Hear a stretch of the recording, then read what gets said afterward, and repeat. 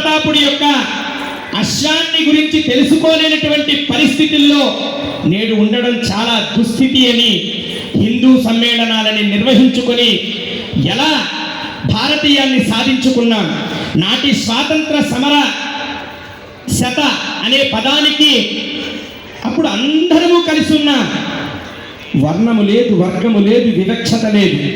కానీ నేడు గుడి కట్టుకోవాలా వద్దా ప్రశ్న, వినాయక చవితి పందిరి వెయ్యాలా వద్దా పర్మిషన్, బొట్టు పెట్టుకుని మహిళలు పరిపూర్ణంగా తిరగాల వద్దా, అమ్మో వారు ఏమంటారో.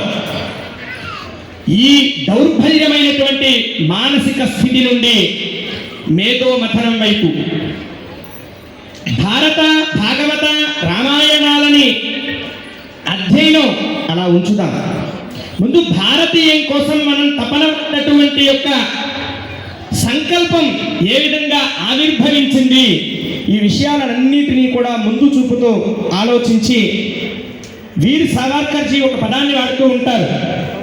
ముందుగా మనమందరం హిందువులం, తదుపరి మనం భారతీయులం. వాస్తవమే. భారత్ మాతాకి. పర్వాలేదే, కొంచెం మధ్యాహ్నం తీసుకున్నటువంటి ఆహార శక్తి మీలో కొంచెం ప్రేరణ చేసింది. అది శౌర్య రూపంలోనా? ఇంకా రావాలి. జై శ్రీరామ్. అయ్యో, మీకంటే పిల్లలు బాగా చెప్తున్నారు.